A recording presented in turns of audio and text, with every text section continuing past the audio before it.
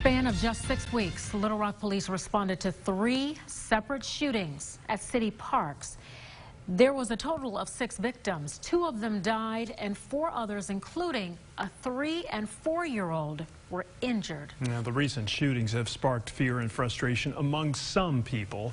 So I sat down with Police Chief Keith Humphrey to get his take on the recent violence at city parks and to find out what's being done to reassure the public. They are places where adults come to exercise and relax, where kids have fun dancing through streams of cool water on a hot day, where man's best friend can interact with other furry friends.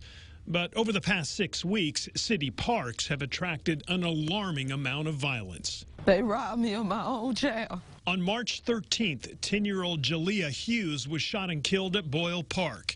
8 days later, a man was shot at Murray Park. And then in April, 4 people were shot, including a 3- and 4-year-old at Cheatham Park. 22-year-old Devontae Allen was killed. I have no life without him. The pain among those directly affected, evident, and their fear of whether it's safe to be at city parks now being shared by many. Is it safe to be at a city park? Are our parks safe? I think they're some of the most safest areas in the city. What we're seeing is a lot of these cases are people have had issues with each other for 2 and 3 years.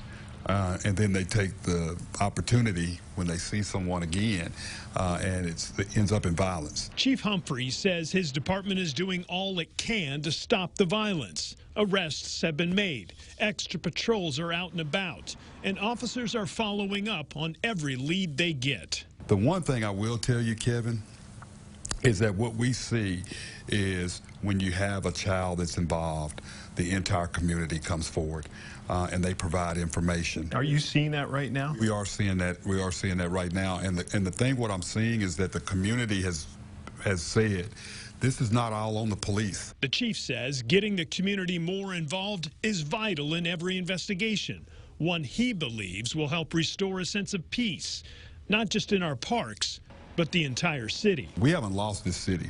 This isn't a violent city. We're going to get through this, and I totally believe that. As for the police force itself, the department is authorized for 594 officers. Right now, there are 34 vacancies, according to the chief. 11 of those will be filled by the end of July. The chief telling me the current political environment has made recruiting difficult. Officers are retiring. Others are leaving after just 5 or 10 years on the force. As a result, the department is once again considering bringing back a $5,000 bonus early next year to attract even more qualified applicants. They got to do